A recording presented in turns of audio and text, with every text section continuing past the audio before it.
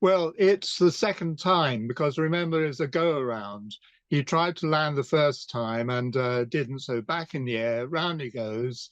And from the video I've seen, now I have to say this is pure speculation because we haven't got any of the official reports yet. So what has happened is that the pilot has brought it back in again to the airport, and looking at the video, it appears to be a perfect textbook landing, with one major exception: there are no wheels. The undercarriage has not deployed. So what happens is that the aircraft comes in and it is scraping along the runway, the bottom of the fuselage, the hull, if you like, and the engine cowlings. Now it goes along at speed to the end of the runway, then it veers to the right. Now, veering to the right, I would have suspected that it would have burst into flames earlier, but somehow it didn't. So everything's okay so far, but it veers to the right, and you would think that grass or something would stop it. But unfortunately, there was a huge wall there, a fairly substantial wall, and it goes slap straight into the wall. At that point, the whole thing explodes. Emergency services were there very, very quickly on scene, and they managed to pull out two people. They risked their lives to get in there and try and sort that out.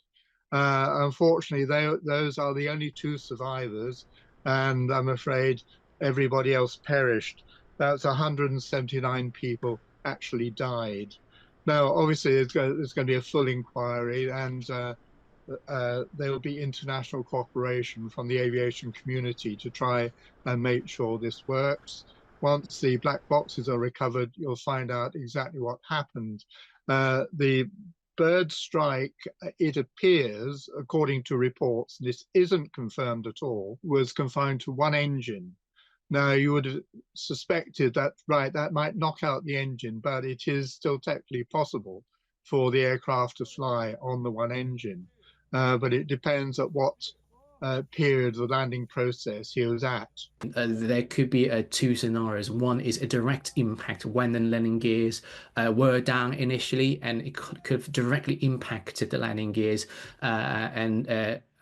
with the mechanical structure suffering from the damage. It could have impacted the landing gear doors. It could have jammed the landing gear doors as well initially, so it couldn't extend the landing gear. It can also have impacted the engine, which also damaged the hydraulic power generation. Mind you, the landing gear is fairly heavy in itself, so it relies on the hydraulic power to extend the landing gear. It could have impacted electrical wires, again contributed to the difficulty in extending the landing gear. The airplane approaches the airport in a controlled fashion. If we just go back a few days to the terrible images from Kazakhstan instead, we'll remember that the airplane was bouncing all over. Here it's nice and straight and level. So the pilots are clearly in control of the airplane, which again begs the question, why did they not lower the flaps? Why did they not lower the landing gear? In general, if the approach is stable and flat, which is what we see in the images, the accidents are survivable. Usually, however, they are prepared.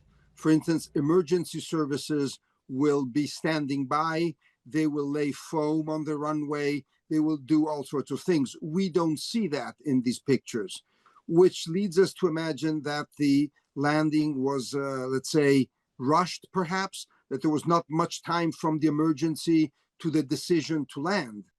Well, it wasn't a soft landing, it was a very hard landing because there's no undercarriage, and so there's no brakes, and possibly they couldn't put in reverse thrust. So if that's the case, then of course it would be going at full breakneck speed, and they can't artificially slow down the aircraft, which they could if they deploy flaps which act as a kind of an air brake, a wind brake. So if it's going at really high speed, and it seemed to be coming in quite fast, but my point is it actually came in level, and it just came in and slid along the runway. So there's an element of control there. Well, a wall is a wall, and I would have presumed that when the airport was being built, everybody took these things into account, and they would have tried and make the area as safe as possible. This particular airport, this international airport, it's been in operation for quite some while. It's just that unfortunately there's a wall there, and that was it. Those are the facts of the matter. It did go into the wall. It did explode at that point, but it didn't explode on the runway. Airports, like airplanes, are designed with safety in mind. There are very strict parameters to keep the area free of obstacles. So there shouldn't be anything within a certain distance of the runway. But if the airplane skids off and hits something normally out of reach, that's entirely possible. Obviously, what is unusual, there are no wheels. The undercarriage is not deployed at all. Not one set of wheels down, nothing has been deployed. So it just comes down and pancakes along the runway. So they couldn't even put them down manually. The whole point is that they didn't work, and the pilots used all his skill to get the aircraft down, and so he's got the safety of his passengers at the foremost point of his thinking. And of course, they're very well trained, and they constantly retrain pilots, and so all their actions are then automatic, in as much as they know what to do in case an emergency, and a dire emergency. And so they would have exhausted all those processes, and he finally got the aircraft done. I don't see what more could have been done. For the pilot, we normally receive the recurrent training and proficiency check every 6 months. The proficiency check is to check on your ability to salvage a situation of an engine failure, which is the early part of the scenario. And then we do a recurrent training where we practice on multiple complex failures similar to this scenario. So yes, we do have a fairly rigorous training around the world. But as a pilot, in those type of scenarios, it's very time constrained, as you could imagine. Well, you try and get it in, you try and keep the nose up, but the point is that there are no wheels under. So whatever you do, once you've hit the ground or near to hitting the ground, you're at the mercy of the elements, because you have absolutely no control over the aircraft. You see some aircraft landing in high degree during wind shear and other sort of weather events, and you actually see the aircraft crabbing coming in at a 3/4 angle.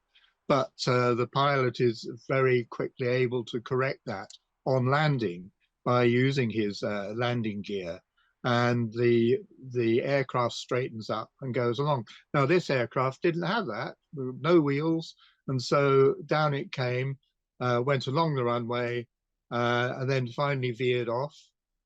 Again, I don't think the pilot had control. Well, he would have had control then, because there's nothing to control. His flaps would be out because they're dragging along the ground as well. That's if they're working. So he couldn't manipulate that. And all he can do is try and keep the aircraft going down the center of the runway, which he seems to have done. And for some reason, it's finally decided it's going to veer. It could be that one of the engines was digging in rather than the other. So the aircraft leant over, and then of course it just pivots and goes straight off the runway. And unfortunately, as we say, there was a wall there.